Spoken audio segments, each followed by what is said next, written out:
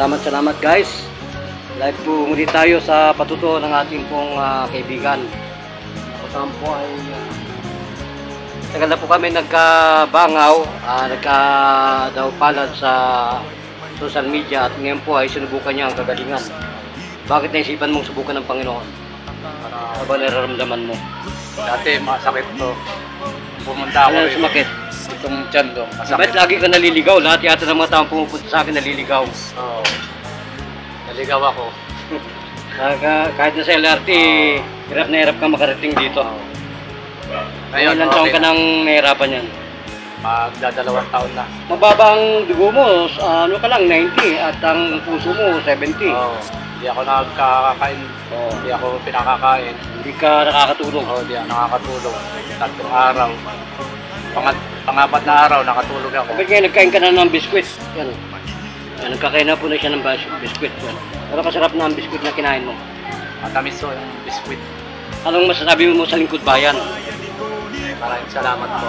Bakit parang ikaw ay hindi natakot sabi nila may bayad ang tawas. Wala. Walang bayad. Kayo pa ang pinapayaran, kayo pa ang tinutulungan. Kumaling ka lang. May ganun bang nakita ka sa buhay mo? Wala. Walang bayad dito, walang presyo. Ang tulong. Tulong talaga. Tulong talaga.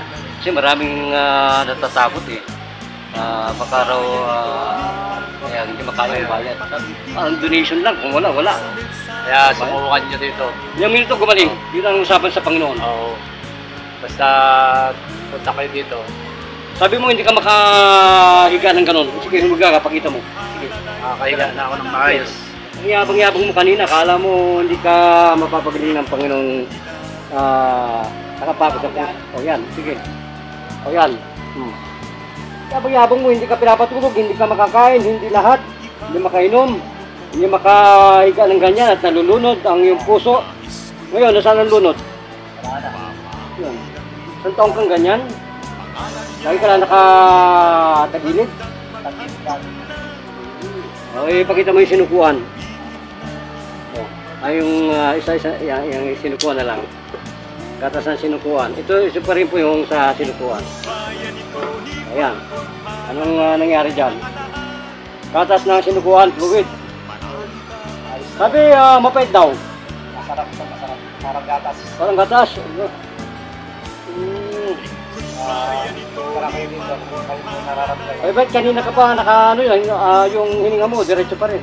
Sarap na higa ka. Oh, ako po, nagbayad pa sa kanya, pang pauwi. Diyan pa akong pamasahe. Sige po. Hirap naman ang kalagayan mo. Hirap na tayo, tapos hindi ka patutulong sa kapwa-tao. Mahirap na. Ano? Ayan. So, out of 10 ang hirap mo kanina, gano'ng kasarap na? 10 na, 10. Oh, 10 na pa raw po ang kanyang ano. Ang kaginawaan. Pumunta lang po tayo sa inyong lingkod para po kayo ay magamot. Pakilala ka. Ikaw si Reynaldo Santos. Reynaldo Santos. Ilan taong gulang? 49 years old. Tubong ano ka? Tubong Nueva Ecija. Bebe siya, sa may Tarlac dyan. San Jose. Oo, nanggaling ako sa Tarlac, may binomba rin ako dyan eh. Kasi San Jose. Sa ano kami dyan eh, sa kalimutan ko kung saan kami dyan sa Nueva Ecija. So, last parting message mo sa mga taong naghihirap na tulad mo na may problema sa creatinine, problema sa puso. Dito lang po tayo sa... Pakita mo yung pang-creatinine. Kasi kahapon, ang tabi ko, creatinine eh. Yung isa, yung pula-pula. Ayan, yan po yung may Jupiter Hawthorne na herbal. Jupiter Hawthorne. Kung mawala ang creatine at Yan sa lang. puso, dito lang po. Ewan ko kung bakit may dialysis. Hindi ko alam kung bakit gano'n. Wala naman talaga. Kahit na makita tayo ng biyaya, alam nila yan. O, paano sabihin mo, thank you.